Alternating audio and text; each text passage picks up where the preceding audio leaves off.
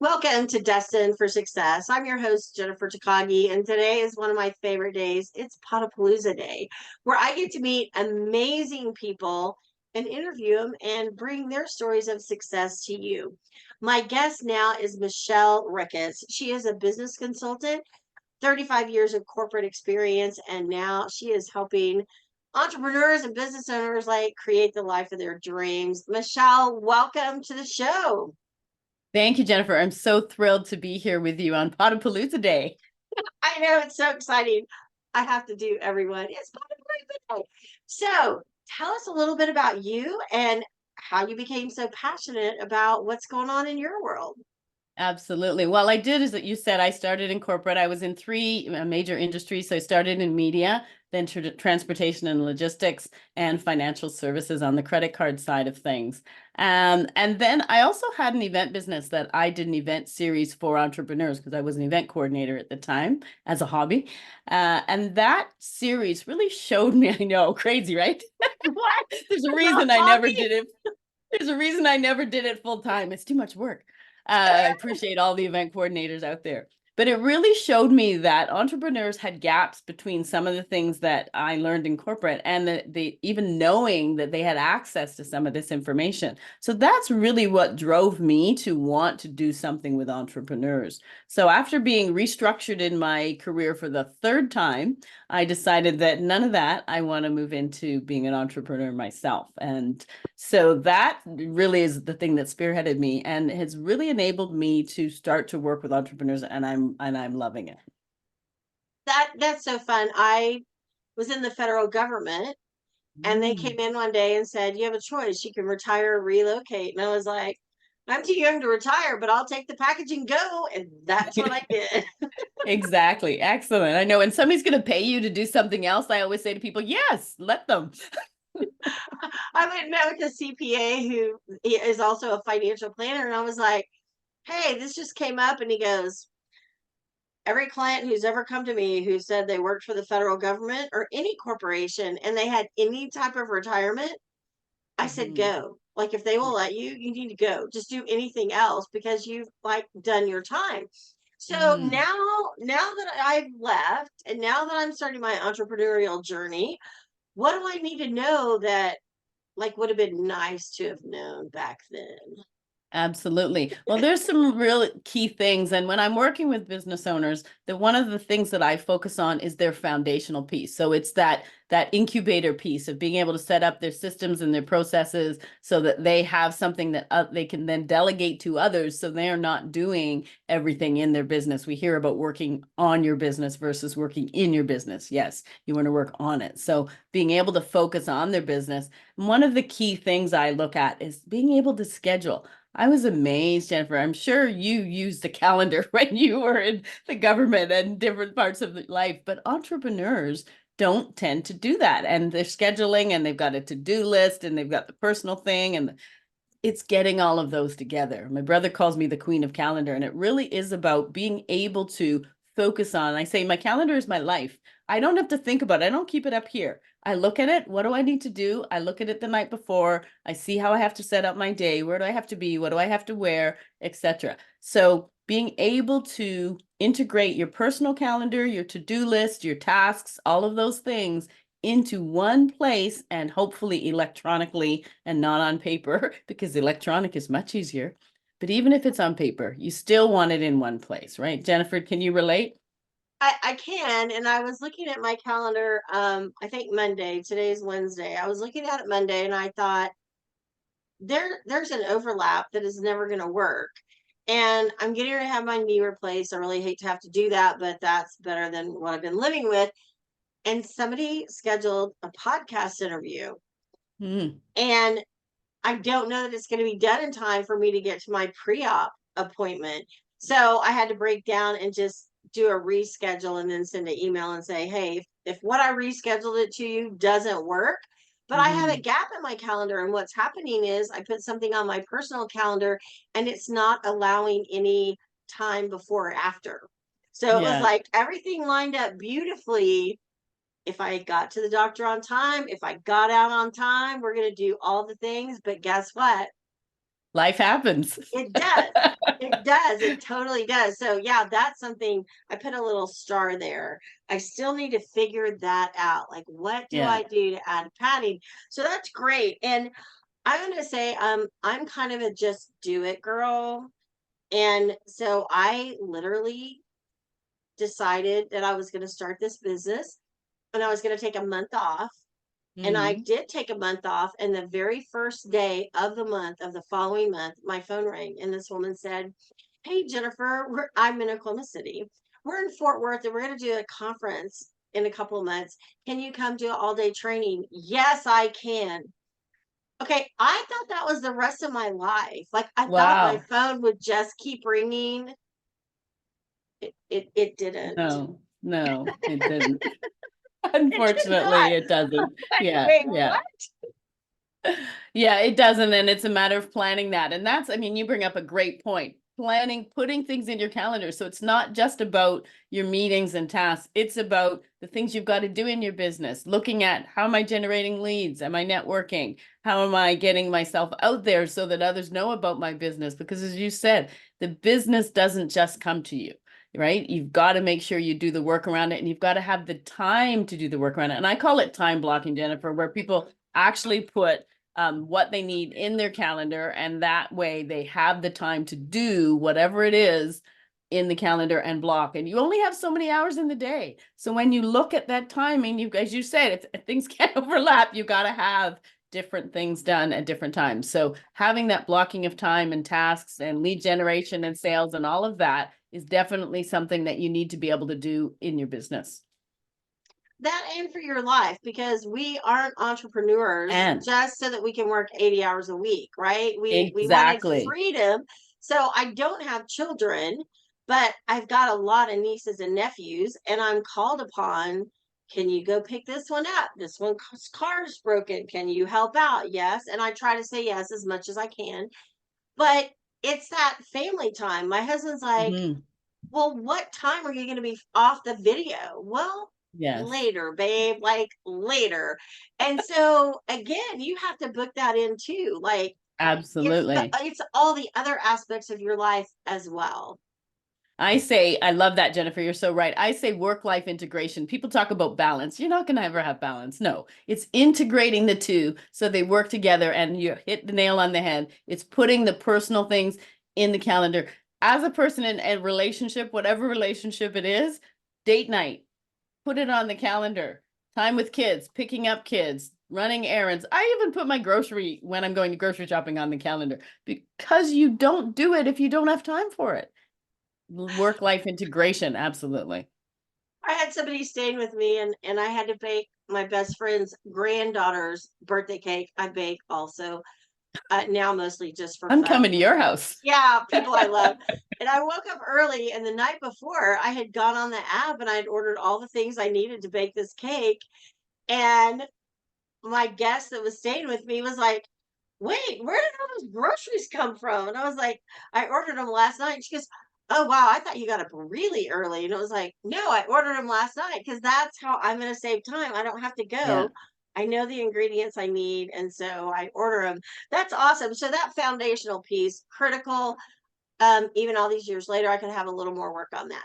So what else? What's the next piece? Yeah. I've got my So foundation. Let's pretend. found yeah, so the foundation is there. So one of the other things then you want to be able to do is have your how are you going to make revenue? You have whether it's your product or your service, whatever that is, but you also want to be able to make revenue that doesn't involve you. And that's having a recurring revenue. So sometimes it's going to be a subscription, or it's going to be a package of something, but you want to look at, what can I put together? And an example I was just talking to someone about is a personal trainer. They have, well, they're in person, they're doing a lot, but they have a downtime in the middle of the day. And if you can set up with another time zone that you can do something online as a personal trainer, you're now making revenue in a time frame you weren't before, and with clients in a place that you're not there. Now, that still requires them, but if they then take that and make it into a program that they can offer, or they do something offline that's showing exercises and develop a program, that's something that they can now offer to clients that doesn't require them in person. business owner can do the same thing. And it's just a matter of looking, and I love your baking analogy. So baker, you could actually share recipes and have that as a subscription. So it's something that doesn't require them. And then now you've got a recurring revenue stream. So you may want to pull that baking out and use it for something else, Jeff.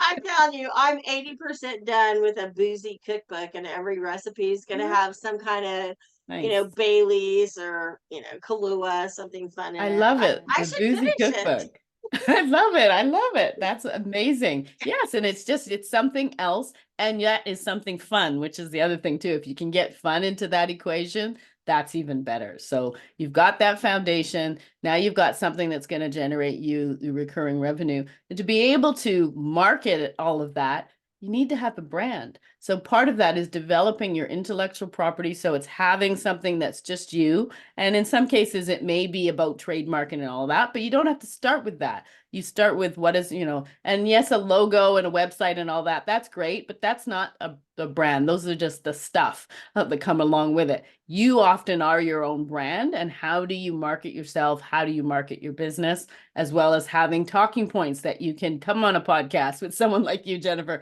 and know how to articulate what your business is in a way that others can understand it. So having those talking points, having your call to action, all of those things you're familiar with, Jennifer, right? Yes, and I just want to throw out there, you mentioned, you need a website, but like the other stuff is more important. We are on Potapalooza, and those of you who are listening and you don't know Potapalooza, you need to know Potapalooza. And it is the brainchild of Michelle Abraham and Kimberly Crow. Michelle she started a podcast business long before she had her own podcast, and now she has it all. She's the I queen don't of believe podcasting. I don't believe she has a website. Yeah, that's a good point. She didn't have a It's a website. really She has good over a point. 6-figure business As a podcaster and as no a website. podcaster Yeah. and doing all the back end of podcasts, and she does not have a website. So Yeah. when the people tell you you have to have a website to have a business, You I'm don't. just going to say maybe not. Like, I've Yeah. invested thousands and thousands. I've been screwed every which way to Sunday on, oh yeah, we'll fix that. They didn't fix it. Oh yeah, Mm-hmm. pay us this. We'll integrate that. They didn't integrate it. Oh, I'll make you Yeah. a sales card. Oh, but wait, I'm not going to connect it to anything. Yes, I've seen it all. I've done it all. And yes, I'm a martyr about it at this point. Now my stuff works and I'm very, very happy. Yeah. But it can take a long time. So just Mm-hmm. so you know, website doesn't necessarily have to be the first thing on your list. I love that. It has to be Exactly. fun and Exactly. your brand. I love it. Yeah. I love And it. I'll add to that too, as you say that. And did you know, just a fun fact, Michelle Abraham was previously Michelle Ricketts? Yes, I did. I Yes. did know And we that. live in the same city, so it was confusing, but No, yes. that's Yeah. But anyway, I what I haven't. was going to say, what I was going to say about what you were saying about not having a website. So yes, you and I are back when websites were the thing to have, and I paid lots of money for the first one I had, and it wasn't what I have one now because I still had the domain. However, people can have a landing page, and one of the things that my brother's team does, Digital Samurai, they actually help businesses with all the IP stuff I was just talking about. So, but we use landing pages and Google Sites. And so you don't have to spend thousands and thousands of dollars. And when you have a landing page, you can actually gear that towards whatever it is you're promoting. So is it Potapalooza, or is it your boozy baking book or something else? So you can change them very easily. And so that's one of the things we work with clients on, but also having those other call to action talking points, their branding, all of that. We work with them on that as well. Gosh, that's awesome. So we've got our foundation, we've got our how to make revenue. Is that branding piece the third, or is that part of the revenue? Do you have a third point?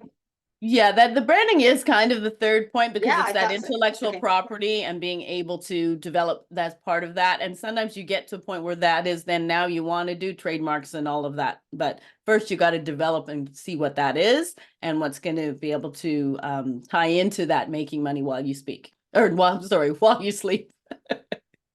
I love that. And I'm just going to throw out there from my own personal experience because, it's my podcast. It's all about me. Not really. I'm kidding. Absolutely. Sort of. My business has changed so many times. I'm coming up on 10 years as an entrepreneur. Sometimes Congratulations. full time, sometimes like vacationed a little bit much. Not always fully focused, which happens, right? That's easy to do. Yeah.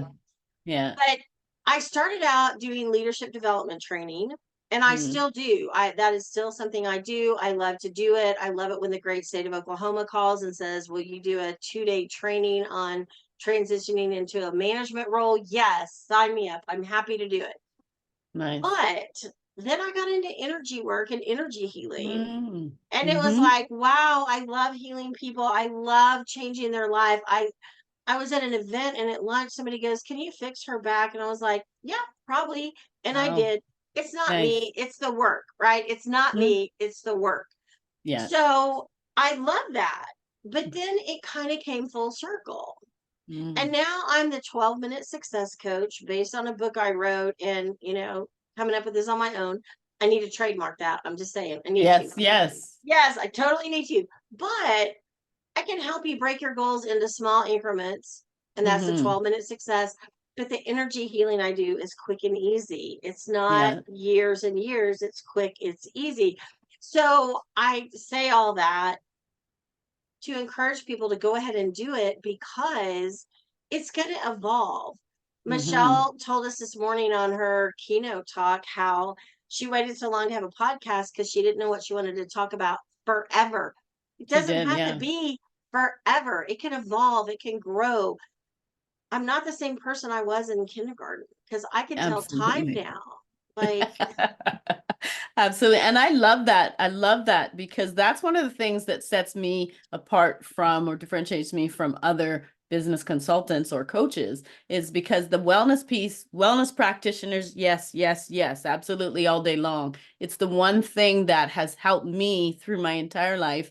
I do a keynote as the tenacious speaker, and it's about being able to get through stuff. And part of that is my health and wellness background that has always supported me. And yeah, so I absolutely love that because people a lot of times in business owners ignore what their body is trying to tell them. Their body talks to them. It tells us what we need to do. It tells us what we don't need to do, and we need to listen. And sometimes you need a practitioner like yourself to be able to help to get through that. So I applaud and support all practitioners, alternative practitioners as well, because yes, medicine is one thing and there's some things it'll identify, but a lot of times it's not the pills and the remedies and all of that that they give you in regular medicine. It's the holistic approach.